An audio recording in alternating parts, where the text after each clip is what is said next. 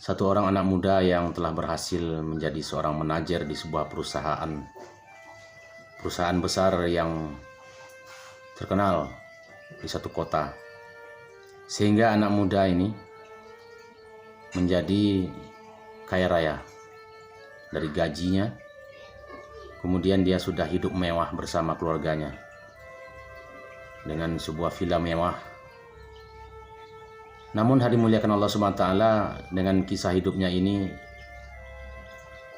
terkenanglah bagi dia bahwasanya yang menjadikan dia menjadi orang yang berhasil adalah asbab pengorbanan ibunya. Ibunya yang ditinggalkan oleh suami, artinya dia sebagai anak yatim. Tapi kerja keras seorang ibu, alhamdulillah dengan izin Allah menjadikan anaknya berhasil, sukses di bidang dunia. Kemudian dia menjadi kaya raya. Lalu anaknya ingin sekali untuk berbakti, dengan arti kata dia ingin membalas budi orang tuanya. Dia ingin membalas jasa orang tuanya. Lalu dia ungkapkan kepada orang tuanya, didatangilah ibunya, "Wahai ibunda, aku ingin membalas budi ibu. Asbab ibulah aku menjadi orang seperti ini, menjadi kaya, menjadi bahagia dengan anak dan istri, sudah punya rumah mewah, mobil mewah. Dan rasanya aku punya hutang budi dengan ibu.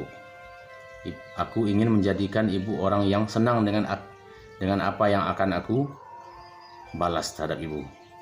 Apakah ibu ingin rumah mewah? Saya bangunkan. Apakah ibu ingin mobil? Saya belikan. Apakah ibu ingin kebun? Saya belikan. Atau ibu ingin umrah, haji plus? Akan saya penuhi." Maka ibunya mengatakan kepada anaknya, "Wahai Ananda, sebenarnya ukuran daripada berbakti anak kepada ibu bukanlah harta. Anak diwajibkan berbakti kepada ibu, pada orang tua. Tetapi nak, jangan engkau berniat untuk membalas budi ibu. Karena engkau tidak akan bisa membalas budi. Demi Allah, seorang anak tidak akan bisa membalas budi ibunya." Maka anaknya tidak menerima pernyataan ibunya. Dia akan mewujudkan cita-citanya membalas budi ibunya. Maka dimuliakan Allah SWT, singkat cerita ibunya memberikan penawaran untuk membuktikan, "Baiklah nak, kalau demikian ibu ajak engkau malam ini tidur di rumah ibu. Maka ibu akan buktikan kepada engkau apakah engkau bisa untuk membalas budi ibu." Jadilah, kata anaknya, sehingga malam itu ketika anaknya tertidur pulas di tengah malam yang sunyi, dibangunkanlah anak ini oleh ibunya. "Wahai Ananda, bangunlah, kita akan tahajud." Anaknya tidak bangun, mungkin tidak dengar.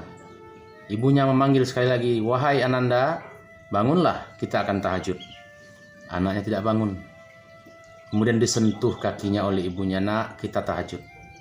Tapi anaknya juga tidak bangun. Digoncang badannya, "Nak, kita tahajud, ayo kita beramal malam ini." Anaknya tidak bangun-bangun.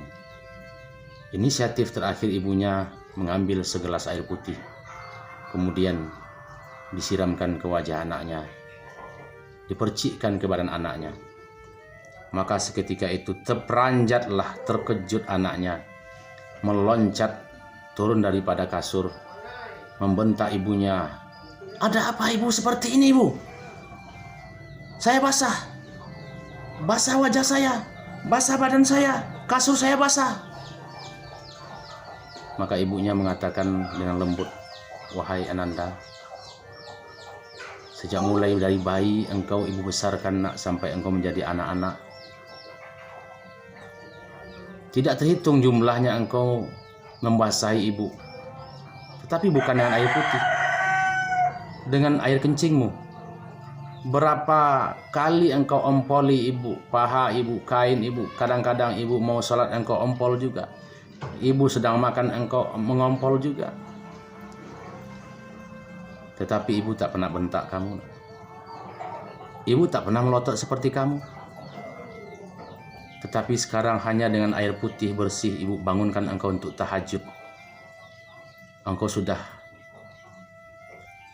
berbuat seperti itu kepada ibu, membentak, melotot, dan berbicara dengan sangat tajam, maka ibu buktikan sekali lagi bahwa anak tidak akan sanggup membalas budi, membalas jasa orang tua. Maka ketika itu tersungkur sujudlah sang anak kepada ibunya, menangis minta maaf dan menyesal daripada niatnya untuk membalas budi. Tapi ingat, artinya kita bukan menyenangkan orang tua dengan cara berlimpahnya harta, tapi bagaimana menyenangkan orang tua yang menjadikan orang tua kita bahagia. Bagaimana kebahagiaan orang tua? Anaknya selamat daripada hijaunya dunia yang akan menjadikan dia lupa daratan. Tetapi seorang ibu akan senang apabila anaknya bahagia di akhirat, surga bersamanya.